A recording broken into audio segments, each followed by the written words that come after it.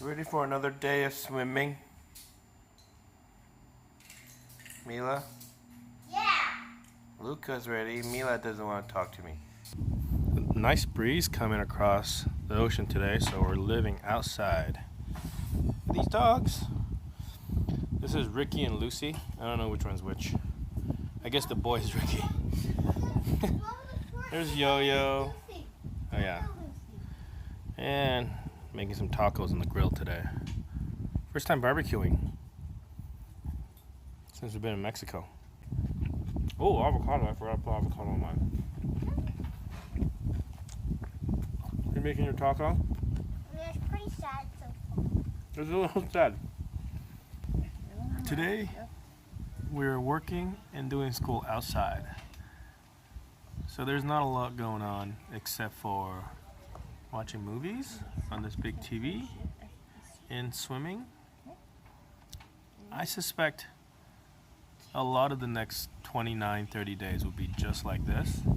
So what my plan is, during this time, I'm going to take the opportunity to catch up on all those Baja videos that I shot and have not posted yet.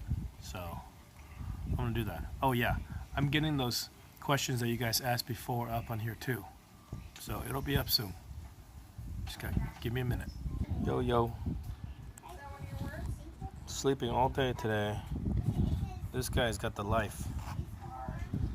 Huh, buddy? Yo. Hey, buddy. Hi, buddy. Are you gonna go swimming today? Good boy.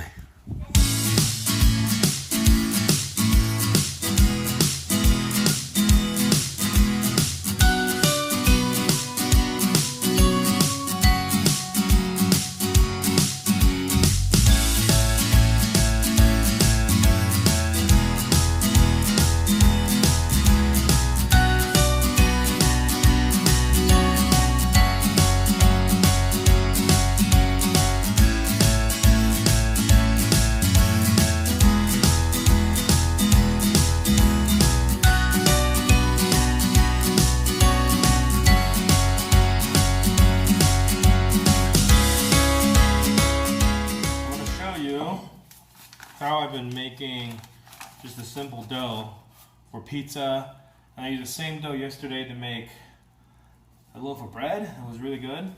I'm gonna try it again today, and I'm gonna try to make smaller like buns that I can cut in half and make like a hamburger bun. So first of all, this is 750 grams of all-purpose flour. I'm just gonna use half of this.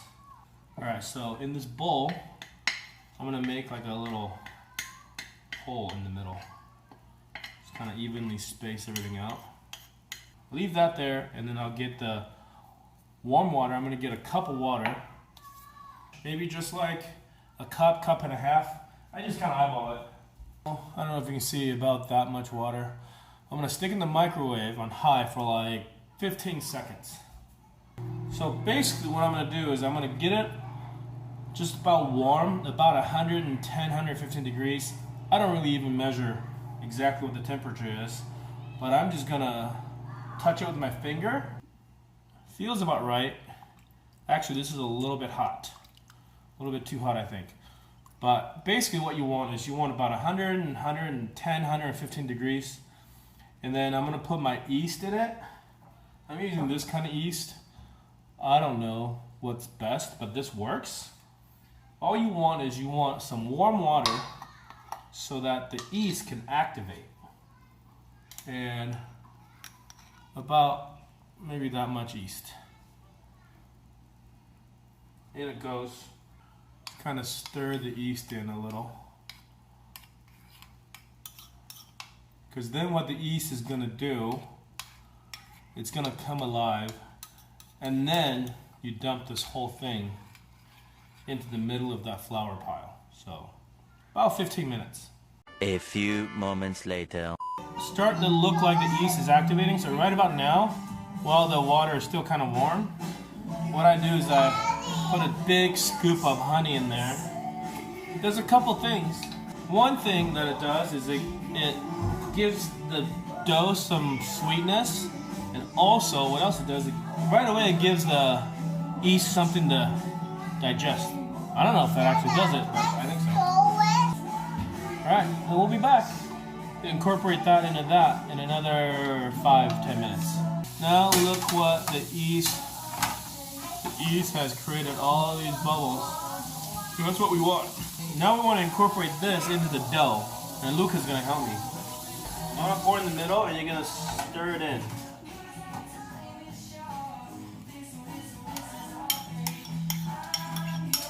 Okay, stir it all together slowly. Slowly. Good job. Thank you.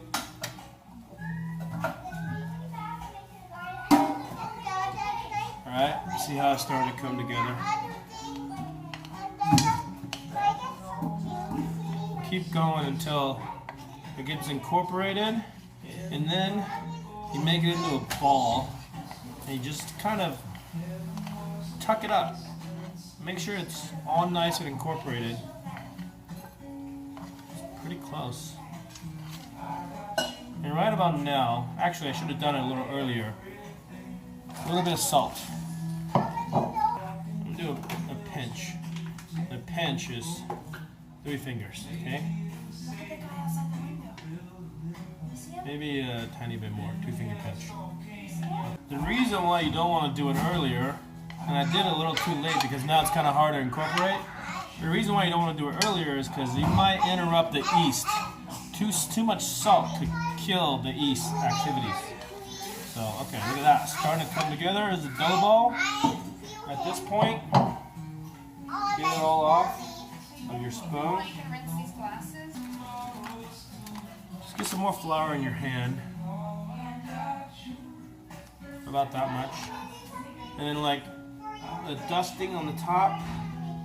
And then just some in your hand. And then now just go to work with your hand. Just kind of work it. You want to do like this tuck and push. Like, you know, just like kneading. We're not going to roll the dough. We're just going to make a ball. And once you got it to a ball like that, you know what I'm going to do? Yeah, come look. We made that. And this dough ball is going to rise. We're going to let it rise for, usually you want to let it go for an hour at least, but we're probably just going to do a half hour. What I'm going to do is I'm going to cut that into 4 pieces. And I'm going to let it rise in 4 pieces. Alright? 4, divide it up into quarters. I try to round it out the best I can. And it's going to rise. Cover it up and let it rise. And I'm going to cover it. Okay, so now I'm making the patty.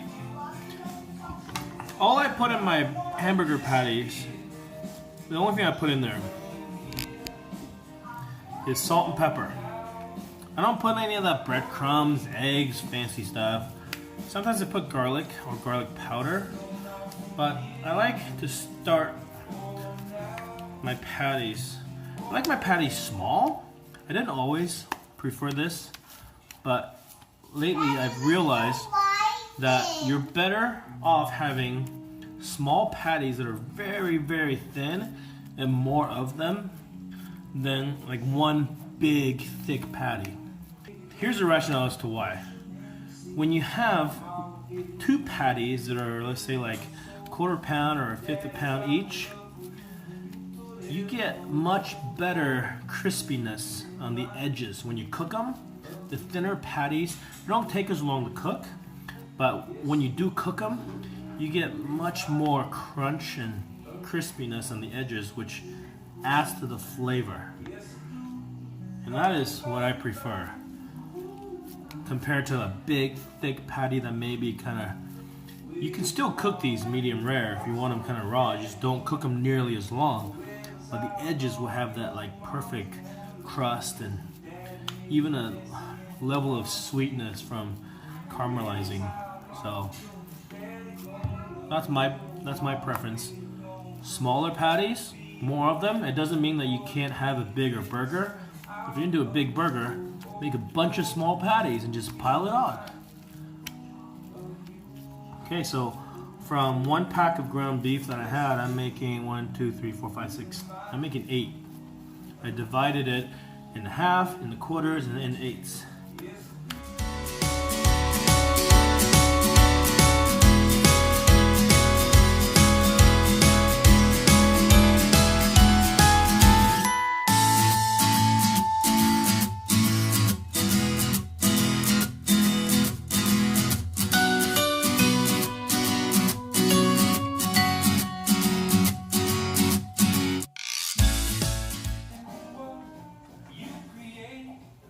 Here's the buns.